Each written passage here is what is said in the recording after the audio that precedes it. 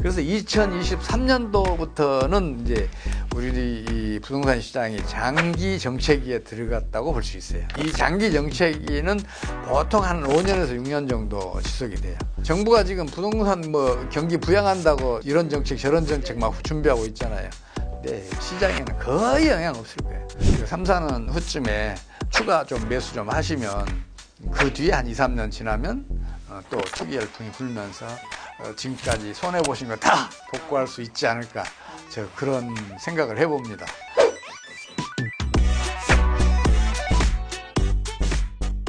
우리나라 부동산 흐름 총선 전후로 좀 달라질 것으로 보시는지. 부동산 시황을 정확하게 이렇게 진단하고 이렇게 판단하기 위해서는 부동산 시장의 그 장기 주기를 보실 필요가 있어요. 부동산 시장은 광기, 패닉, 붕괴의 과정을 거쳐요. 이건 제가 한 얘기가 아니고 찰스 킨들버그가 한 얘기예요. 아주 유명한 경제사학자입니다. 근데 이 광기의 기간, 그러니까 투기 열풍이 부는 기간이죠. 이거는 보통 한 3년 정도 지속을 해요. 이게 이제 우리나라에서는 2018년, 2019년, 2020년도에 이제 광기가 벌어졌었죠. 그 다음에 패닉이 오는데 이건 반년에서 1년. 우리나라에서는 2020년도, 21년도구나. 그리고 붕괴가 오는데 붕괴는 2022년도에 벌어졌어요. 그래서 2023년도부터는 이제 우리 이 부동산 시장이 장기 정체기에 들어갔다고 볼 수 있어요. 이 장기 정체기는 보통 한 5년에서 6년 정도 지속이 돼요. 이거는 제가 세계 경제사 그리고 우리나라 부동산 시황 이렇게 주기들을 보고 제가 내린 결론이라서 아마 그게 정확할 거예요. 정부가 지금 부동산 뭐 경기 부양한다고 이런 정책 저런 정책 막 준비하고 있잖아요. 근데 부동산 시장에는 거의 영향 없을 거예요. 왜냐하면 광기는 왜 벌어지냐면요, 주택가격이 계속 오르고 있어요. 그러면 2, 3년 더 저축해야 이 주택을 살 수 있는 사람들이 어떤 마음을 갖겠어요? 2, 3년 더 저축해라도 못 산다. 큰 빚을 내서라도 지금 사자. 이거 지금 2020년도 뭐 이런 주변에 우리 영끌족들이 그런 판단을 했었어요. 큰 빚을 내서 지금 현재 수요로 이렇게 가담을 했잖아요. 이건 무슨 의미겠어요? 미래 수요가 현재로 이동해 왔다는 그 의미예요. 그러면 이제 수요가 배가가 되잖아요. 현재 수요 플러스는 이제 미래 수요가 합쳐졌으니까 가격은 폭등해. 이게 투기 광풍을 일으키는 경제 원리예요.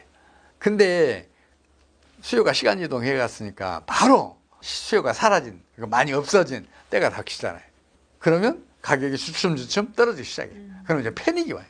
부동산도 그 통화의 기능을 가지고 있어요. 근데 부동산 시황이 꺾이면서 그 가격이 떨어지거나 이제 거래량이 축소되거나 그런 일이 벌어지면 경제 내에 통화가 수축되는 일이 벌어져요. 통화가 수축이 되기 시작하면 이제 신용 파괴 원리가 작동을 해요. 그래서 붕괴가 와요. 이게 경제 원리거든요. 그러면 장기 정체기에는 왜 5년이나 6년 정도 지속이 되겠어요? 이거는 이미 수요가 사라진 상황이잖아요. 그러면 새로운 수요가 일어나려면 저축이 그 기간 동안 축적이 돼야 돼요. 한 5, 6년 축적이 돼야 새로운 수요가 드디어 이제 생겨나기 시작을 해요. 그래서 제가 봤을 때는 지금 우리나라 부동산 시황은 2023년부터 시작했으니까 24년, 25년, 26년, 27년, 28년쯤 다시 또 투기가 서서히 불지 않을까, 그런 판단을 하고 있습니다. 가계부채가 사실 심각한데 정부는 약간 고금리 경기 부양한다고 뭐 대출을 완화하기도 하고 이런단 말이죠. 이 부분에 대해서는 어떻게 생각하세요? 그 효과 없다니까요. 수요가 사라졌는데 정부가 아무리 부양 조치를 강력하게 펼치더라도 어떻게 이 부동산 경기가 살아나겠어요. 물론 돈 많은 사람들이 거기에 기대서 일시적으로 아주 짧은 기간 동안 살아날 수는 있겠죠. 금방 꺼져요. 우리나라 부동산 투기 역사를 봐봐요. 부동산 투기가 벌어지는 광기의 기간에는 강력한 부동산 경기 억제 정책을 펼쳐요. 다 실패해요. 그러다가 부동산 경기가 추락을 하기 시작하면 그때 또 강력한 부동산 경기 부양 정책을 펼쳐요. 근데 한 번도 성공한 적이 없어요. 수요가 사라졌는데 어떻게 경기가 살아나요? 이제 부동산 주기를 일으키는 이제 일반 경제 원리, 이게 사실은 금융위기가 전개되는 일반 원리이기도 해요. 근데 그 일반 원리를 정확하게 이해를 하시면 고점에 사는, 그래서 나중에 이제 가격이 떨어졌을 때 이제 손해를 보는 그런 일은 당하지 않으실 수 있을 거예요. 부동산 중국 쪽이 지금 정말 심각하더라고요. 막 대도시 뭐 베이징, 상하이도 막 30% 급락하고 우리나라에도 미칠 수 있을 것 같은데 영향이 좀 그 부분 어떻게 보시는지. 중국 경제와 우리 경제가 아주 밀접한 관계를 갖고 있는 건 사실이에요. 그렇다 해서 중국 부동산 경기가 우리 국내 경기에 타격을 줄 것이라는 거는 직접적인 타격은 그렇게 크지 않을 것으로 봐요. 다만 이제 중국에서 금융위기가 터져서 세계 경제 전반이 그 전염을 받아서 이제 금융위기에 시달리게 되면 우리 경제도 어려움을 겪게 될 것이라고 그건 보고 있어요.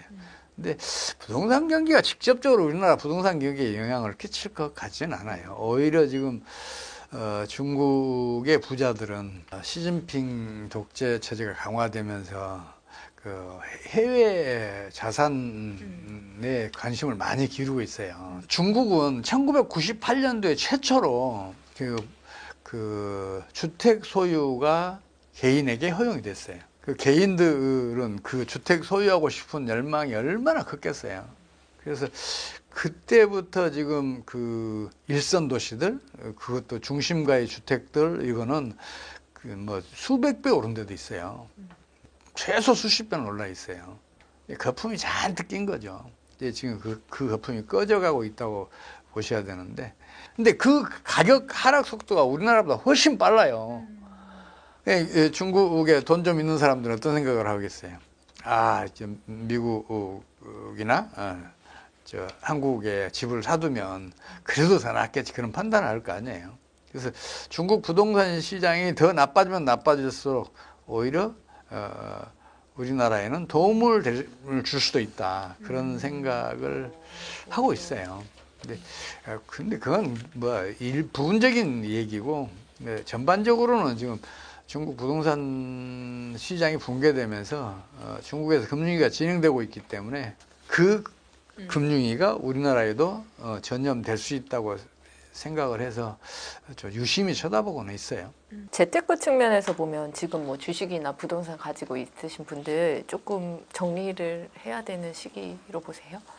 지금은 그 주택 매입, 주식 매입을 통해서 손실을 받더라도 그거 정리하실 타이밍은 아닌 것 같아요. 이미 놓쳤어요, 타이밍을.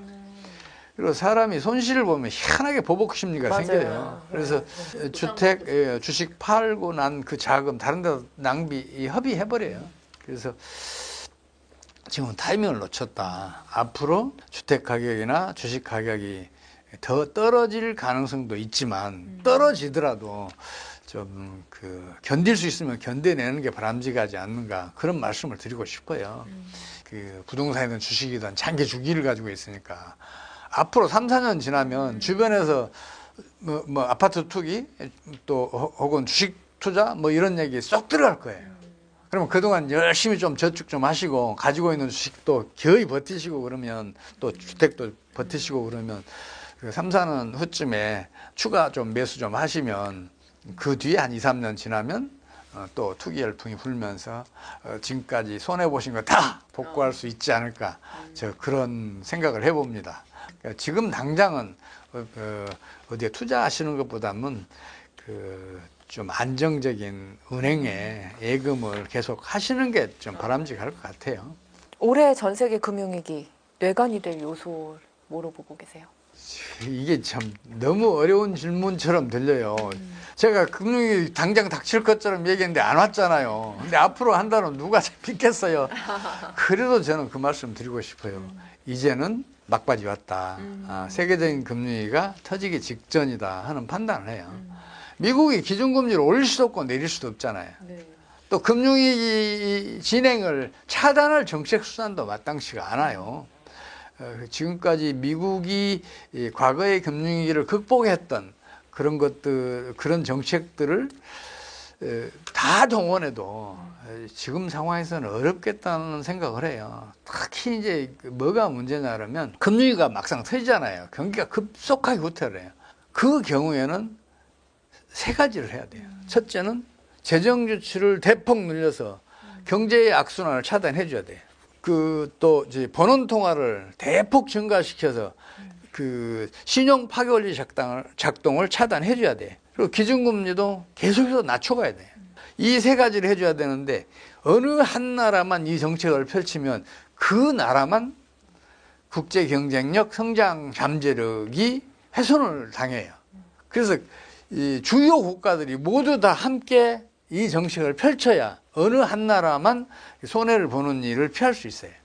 이게 2008년도 금융위기가 세계 대공황 때보다 더 심각하게 진행됐는데 경기 후퇴 기간도 짧았고 대공황 때보다 그리고 또 깊이도 얕았어요. 그 왜 그랬냐면 금융위기가 터지자마자 미국 정부가 G20 국가 수반, 재무부 장관 또 중앙은행 총재들을 모두 불러 모아서 미국이 모범을 보일 테니 지금 현재 진행 중인 금융위기를 우리 함께 타개해보자. 그러면서 실제로 모범을 보여요. 그래서 2008년 말에 번원 통화를 2배를 늘려줘요.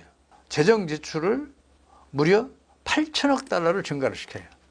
또 기준금리도 계속해서 낮춰서 0.25%까지 낮춰가요. 다른 나라도 거기에 따라서 협조를 해줘요. 그래서 당시에 금융위기의 피해를 최소화시킬 수 있었어요. 근데 지금은 그게 되겠냐고요. 미국이 이미 내 이웃을 거지로 만드는 정책을 펼쳤어요. 그 바람에 다른 나라 경제 사정이 많이 악화됐어요. 미국이 내가 모범을 보일 테니 여러분이 따라오십시오. 누가 따라가겠어요? 지금 가장 큰 문제는 국제적인 정책 공조 체제가 무너진 게 가장 큰 문제가 아닌가 싶어요. 그래서 제가 파고로 치닫는 금융위기라는 이야기를 자꾸 쓰고 있는 거예요. 예, 물론 아직까지는 그런 일이 안 벌어졌는데 올해 중에는 그 터진다. 이번에는 좀 제발 그 얘기를 좀 믿어주십시오 하는 그런 말씀을 드리고 싶어요. 그럼 마지막으로요. 계속 오늘 파국으로 찌닫는 금융위기 올 수 있다 얘기를 많이 해주셨는데 그럼 이럴 땐 어떤 생각으로 조금 투자 시장을 바라봐야 할지 올해 조금 전망을 해주신다면? 국가 경제나 세계 경제가 어려워지면 그러니까 어떤 파국적인 국면으로 진입을 하게 되면 개인이나 기업은 어떻게 해볼 도리가 없는 경우가 많아요. 아무리 튼튼한 기업도 국가 경제가 파국적인 상황으로 가면 도산하는 게 일반적이잖아요. 우리 외환위기 때 겪었잖아요. 뭐 개인은 두말할 것도 없고요. 그래서 지금은 세계 경제, 우리나라 경제의 앞날이 불투명하고 다소 지금 비관적이고 그럴 때라면 투자 등 경제 활동을 최대한 수비적으로 그리고 신중하게 해야 하는 거 아닌가 싶어요. 지금은 자중하고 또 자중할 때라는 말씀을 드리고 싶어요. 제가 제일 우려하고 있는 게 그건데 지금 미국의 주식시장이 끝물이라는 그런 증상들이 많이 드러나고 있어요. 그게 뭐냐면 그 끝물에는 꼭 막판에 이게 저가주가 이렇게 각광을 받아요. 가격이 막 올라가기 시작해요. 지금 미국에서 이렇게 벌어지고 있어요. 그 다음에 두 번째는 뭐냐 그러면 투기적인 투자가 갑자기 커져요. 그걸 또 우리나라 투자자들이 그게 앞장서고 있어요. 주식 ETF 상품 같은 경우에는 이제 배율이 3배짜리도 있고 4배짜리도 있고 그래요. 여기에 집중적으로 투자하는 게 우리 투자자들이에요. 그래서 제가 우려가 아주 커요. 그분들에게도 제가 제발 당부드리고 싶어요. 배율이 2배, 3배인 혹은 4배짜리도 있어요. 그 4배인 그 ETF 상품 같은 거는 주식시장이 하락으로 돌아섰을 때는 그만큼 하락률도 크다. 그래서 잠시 이익을 볼 수 있을지 모르지만 결국에서는 거의 모든 걸 다 잃어야 되는 그런 상황이 올 수도 있다. 그런 당부 말씀을 드리고 싶어요. 오늘 소장님 모시고요. 올해 거시 경제 상황 전반적으로 짚어봤습니다. 오늘 말씀 감사합니다. 고맙습니다.